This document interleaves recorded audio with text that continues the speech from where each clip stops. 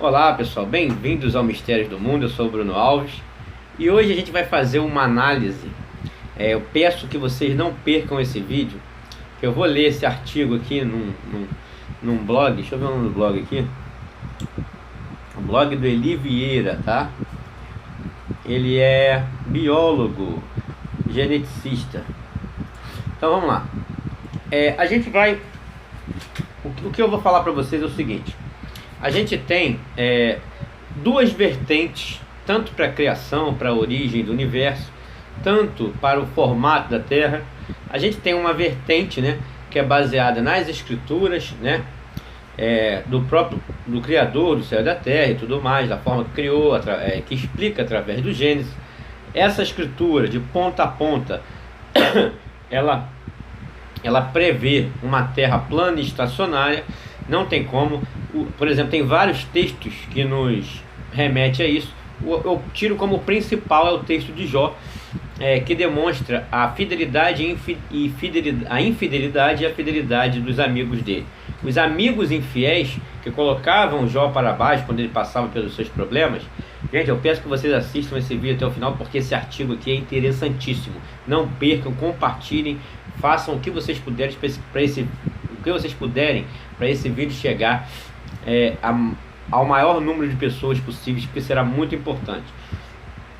Então, pessoal, você tem lá o texto de Jó, que ele é bem claro, né? Eu penso que é um dos mais claros em relação à cosmologia, o formato da Terra e tudo mais.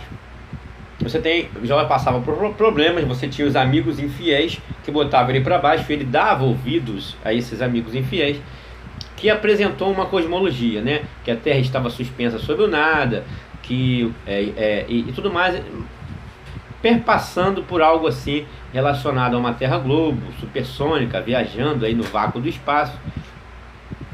E você tem a presença do amigo fiel, que coloca ele para cima, fazendo com que ele volte para o lado do Criador. Então esse amigo fiel, ele já descreve uma terra plana, estacionária, descreve o firmamento, e depois vem a figura do próprio Criador, que desce no redemoinho e explica para Jó, corroborando com o amigo fiel Eliú e mostrando também uma terra plana, estacionária, tudo mais, com firmamento, como é a cosmologia bíblica, né? Agora, pessoal, você tem, e paralelo a isso, você tem a ciência moderna. A ciência moderna, que estabeleceu inúmeras hipóteses e teorias sobre as origens do universo, sobre a criação do mundo, sobre a evolução, que é o embate, né? Então não tem como desatrelar nem a origem do universo e tudo com a Terra plana e estacionária. Não tem como, isso é indissociável. E porque a cosmologia bíblica é assim, tá? Então a única diferença é que você precisa saber diferenciar, né? Quem que está falando o que na hora certa, para não cair no erro. Então quando é com a voz do próprio Criador falando, então a Terra é plana e estacionária. Quando é a voz de outras pessoas, por exemplo, aqueles que sobem no telhado para olhar as estrelas, aquele ali não é o Criador falando, né? Então já perpassa por duas coisas. Então você tem uma cosmologia moderna, né? Da ciência moderna. Então a gente vai, agora eu vou ler esse texto aqui, que você vai entender o que eu quero dizer, e depois no final eu vou fazer uma pergunta para você refletir, ok? Antes de eu ler o artigo, não se esqueçam de se inscrever no canal Bruno Alves. Já passamos de 900 inscritos, falta pouco para a gente chegar a 1000.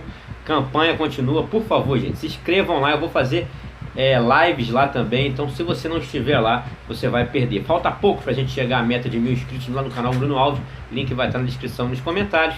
Também o link do canal do Centro de Pesquisas, e vou deixar um link também de um canal de um amigo meu, que eu conheci há pouco tempo, mas já considero um amigo, o meu irmão Lucas, tá? Do Terra Plana Oficial. Meu irmãozinho Lucas tá com um canal aí de Terra Plana, então se inscrevam lá também, o link vai estar na descrição e também nos comentários fixados no topo.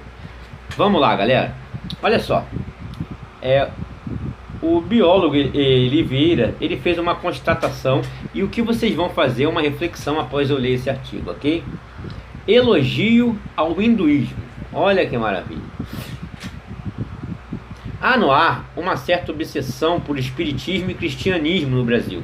Mencionamos religiões equiprováveis que também merecem atenção, apesar do mero acidente de estarem longe daqui. Então ele é um biólogo que está saindo em defesa do hinduísmo. Vamos lá. O hinduísmo engloba um conjunto de tradições culturais, sociais e religiosas que se originaram principalmente no subcontinente indiano. Pode ser chamado de brahmanismo, pois é a cultura que originou do povo ariano, da cultura brahmacharya, seguidores de Brahma, o pai, o conceito criador da trindade hindu. Olha, vamos lá. Os hindus acreditam em um espírito supremo cósmico, que é adorado de muitas formas, representado por deidades individuais como Shiva, né? Shiva, então depois eu chego lá. O hinduísmo é centrado sobre uma variedade de práticas que são meios de ajudar o indivíduo a experimentar a divindade, estar em todas as partes e realizar a verdadeira natureza do seu ser. O hinduísmo como religião é a terceira maior do mundo, com aproximadamente 1 bilhão de adeptos, dos quais aproximadamente 890 milhões vivem na Índia. Outros países com grande população hindu são Nepal, Bangladesh, África do Sul, Sri Lanka, Ilhas Maurício, Fiji, aí vai falando aqui os países. Reino Unido, Estados Unidos. É uma das religiões mais antigas do mundo, se não a mais antiga, e em seu ambiente se desenvolveram várias práticas de medicina, filosofia, inclusive registros das primeiras cirurgias plásticas. Meu elogio ao hinduísmo tem como propósito não estimular a fé nesta religião, mas mostrar que é uma religião muito melhor que as ocidentais, em termos de compatibilidade com a ciência. Vamos lá, pessoal. Credibilidade, de acordo com os critérios de credibilidade bastante usados entre religiosos ocidentais. E por fim, farei uma modesta conclusão. Compatibilidade com a ciência. Há uma famigerada abordagem feita nas escrituras hoje por causa da inconsistência frente às teorias científicas. Então ele está deixando claro que a escritura, claro que ela toda apresentam algo bem diferente do que a ciência apresenta. Principalmente as teorias concernentes à origem do universo, da vida na Terra e o destino de ambos do futuro mais remoto. O destino de ambos no futuro mais remoto. Então, você percebe que realmente as escrituras, quando a gente concerne ao Criador falando, né, é totalmente contrária à ciência moderna. Isso fica bem claro e o que ele está dizendo aqui. Inclusive em relação ao formato da Terra também. Não só a origem do universo, da vida, como o destino e também o formato da Terra. A abordagem a que me refiro é a interpretação que os textos sagrados tratam de metáforas em alguns pontos.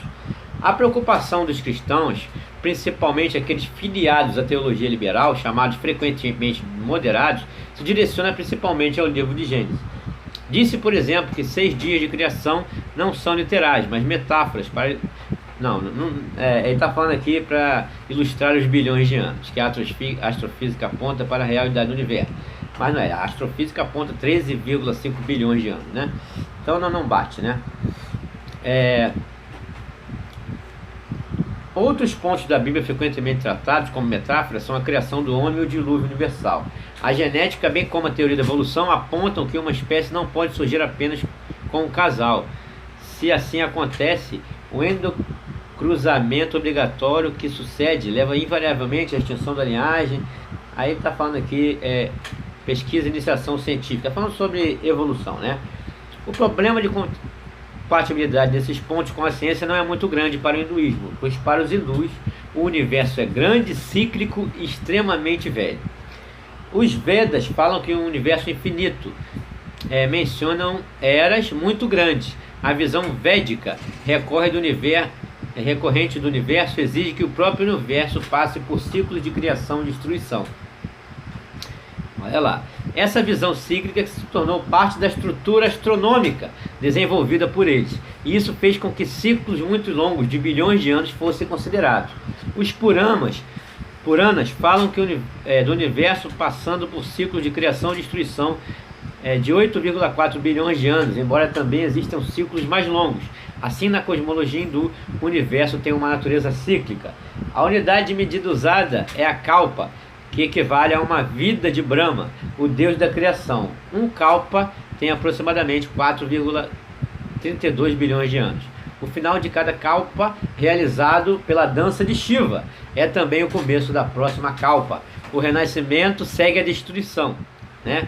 Shiva é representado tendo na mão direita um tambor que anuncia a criação do universo e na mão esquerda uma chama que destruirá o universo.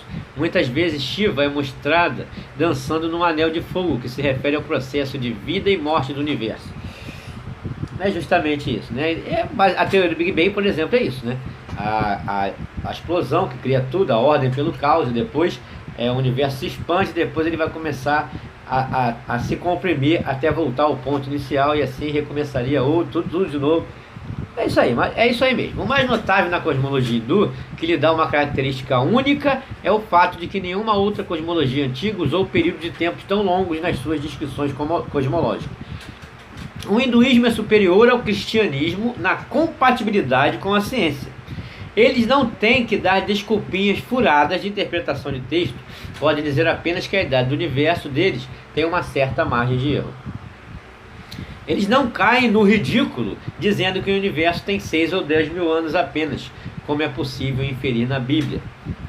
Olha, tá vendo aí? A existência do hinduísmo data 4.000 a 6.000 anos, né? Essas coisas muito antes de Jesus Cristo ser... mas ele está falando aqui do cristianismo, Jesus Cristo, né? Mas é porque eles separam assim, cristianismo, né? Mas a gente lê a escritura de forma linear e faz um paralelo, né? A gente não cai no conto do sistema religioso, então eu nem vou para esse campo aí. Vamos lá. Sobre a compatibilidade com a teoria da evolução e a conhecida origem do homem, também a partir desse processo, como se verifica em fósseis na África, também com isso o hinduísmo... é verdade. Ele está falando que em fósseis na África ele vê que o homem veio do macaco, né? Como está dizendo assim, que a gente caiu da bunda do macaco. Ele é biólogo, né? Ele acredita nesse mito aí. Também com isso o hinduísmo não tem muito problema. Segundo o mito hindu da origem do homem, primeiro foi Matsyendra, era um peixe que ao ver a deidade Shiva executando sua dança tentou imitá-la, o feito e foi se tornar homem. Então, segundo o hinduísmo, né, a gente veio do peixe. Se é para encarar como metáfora, qual metáfora é melhor? Um peixe dançando, lembrando a dança de Shiva, representa em grande parte o próprio tempo e virando homem. Sabendo que a teoria da evolução aponta que os peixes deram origem a não só os sarcopeterídeos, uma metáfora nebulosa com barro e sopro. Aí ele está falando mal, né, da questão da criação do homem vindo do barro, apesar de grande parte do nosso corpo ele ser feito, né, de coisas provenientes do barro, né? Mas vamos lá.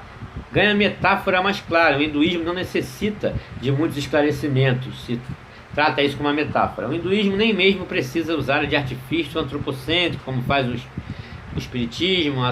Aí está falando mal do espiritismo, do cristianismo, das religiões ocidentais, e defendendo a mitologia hindu porque se enquadra com a ciência. Agora a pergunta, eu não vou ler mais porque é muito longo isso aqui. Então ele está dizendo que a religião hindu, ela se enquadra perfeitamente com a ciência, com as teorias científicas modernas, quando o assunto é a origem do universo, a ciclicidade, a teoria do Big Bang, evolução, né? Ele deve falar sobre tudo isso, credibilidade. Aí está falando aqui sobre a credibilidade e tal. Então, deixa eu ver o que ele está falando aqui. Então ele está falando que tudo, né, se enquadra, né? Que tudo na mitologia hindu se enquadra com as teorias científicas.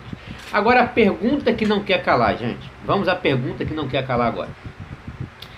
Será que a mitologia hindu é que adivinhou as coisas do universo e se enquadra com a teoria da ciência moderna?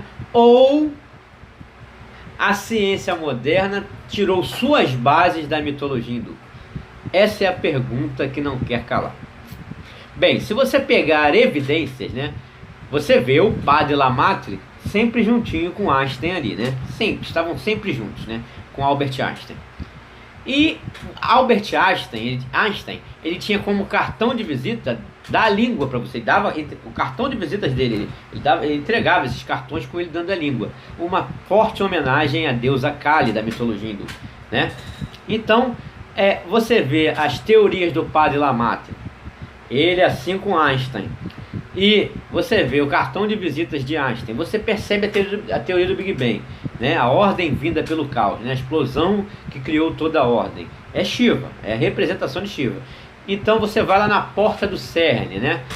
Hoje, onde tem lá o acelerador de partículas, o colisor de hadrons. Quem que está lá na porta do CERN sendo homenageado? Shiva.